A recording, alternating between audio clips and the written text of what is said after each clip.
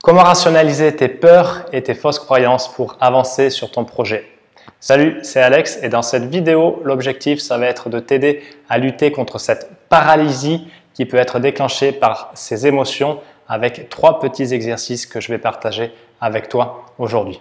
Et parce que en ce moment même, peut-être que tu es sur ton projet, peut-être que tu en es encore au début ou alors tu avances, mais quelle que soit l'étape où tu en es, tu te projettes sur l'avenir et peut-être que ça te fait hésiter parce que tu manques de clarté par rapport à ça. Et du coup, si c'est pas très clair, si tu sais pas comment tu y vas, ni avec quels outils, ni pourquoi, tu peux avoir de la peur, tu peux avoir de l'anxiété, tu peux faire preuve de procrastination déguisée, c'est-à-dire que tu vas t'attaquer à des actions qui sont annexes et pas importantes sur le développement de ton activité. Et tu as ces petites voix de merde que j'appelle affectueusement qui te bouffent la tronche et qui te minent le moral et qui te minent tes projets. Parce que je connais moi aussi ces sentiments et ce qui peut être bloquant, c'est la peur et la confusion qu'une situation incertaine procure. Seulement, par définition, être à son compte, être indépendant, être entrepreneur, c'est une chose incertaine et si on extrapole, la vie aussi est également incertaine. Et ces états-là, si on se laisse bouffer par l'incertitude et la peur que ça engendre, ça mène à l'immobilisme et à la paralysie et c'est clairement quelque chose que tu veux éviter parce que ça signifiera la fin du jeu pour toi.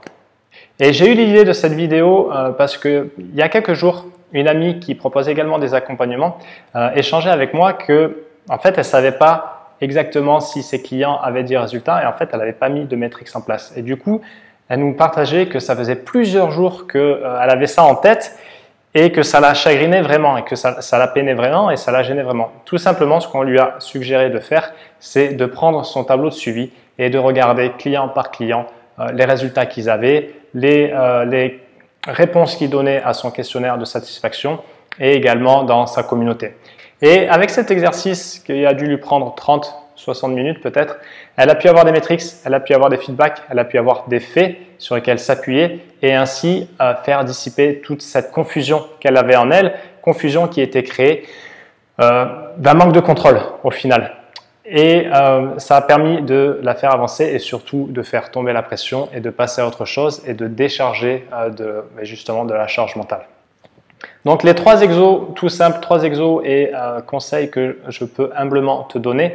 Le premier, c'est tout simplement de dérouler toutes les situations possibles de façon à faire retomber la pression. On va dire que tu es à un moment précis, à une étape précise du développement de ton activité et en fait, tu as peur. Ce qui se passe, c'est que des fois, j'entends « ouais, mais si je prends trop de prospects d'un coup, si je communique, si je prends trop de prospects d'un coup, je ne vais pas pouvoir gérer tout l'afflux d'appels avec les prospects et je ne vais plus avoir une seconde à moi. » La personne se dit ça alors qu'elle n'a toujours pas réalisé un seul appel et qu'elle n'a même pas encore commencé à communiquer. Donc vous voyez, il y a vraiment un monde entre la situation actuelle et la situation flippée et on part dans des délires. En fait, la nana s'imagine débordée d'appels, croulant sous les appels et pouvant plus gérer son emploi du temps alors qu'elle en est à ne pas avoir encore d'appels.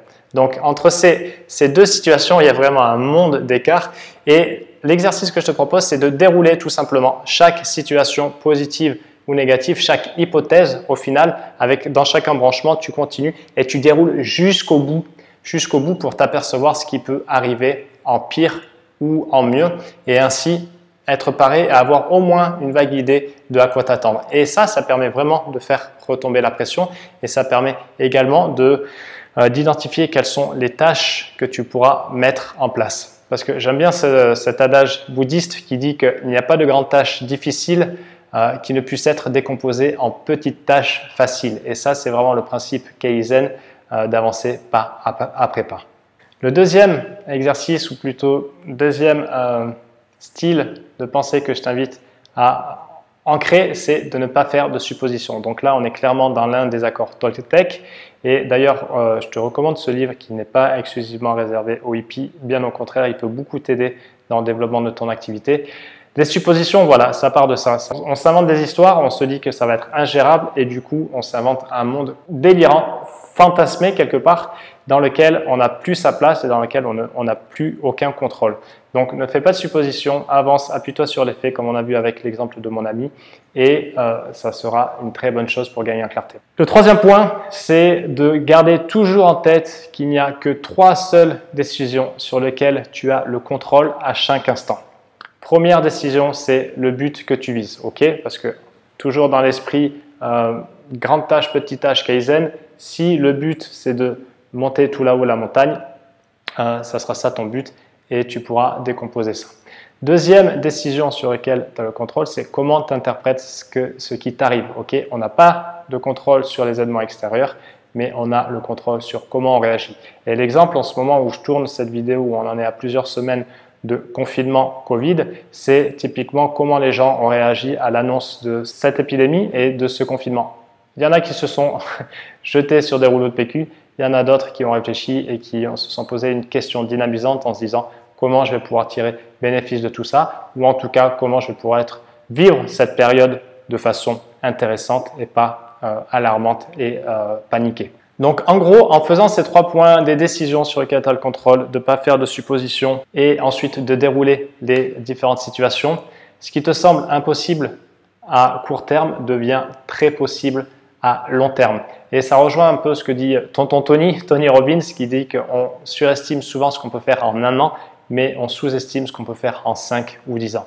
Et c'est vrai dans le sens où chaque pas t'amène vers là où tu souhaites aller, à la condition que tu fais taire ces petites voix de merde et que tu fais taire cette confusion et cette dissipation qui peuvent t'habiter. Donc le tout, c'est d'avancer. Et la peur vient de la confusion. La confusion, ça mène à l'inaction. Donc pour combattre la confusion, passe à l'action et toujours centré sur où est-ce que tu veux aller, pourquoi tu le fais et comment y aller. Voilà, c'est tout pour cette vidéo. Je te remercie pour ton attention et je te dis à très vite. C'était Alex, salut!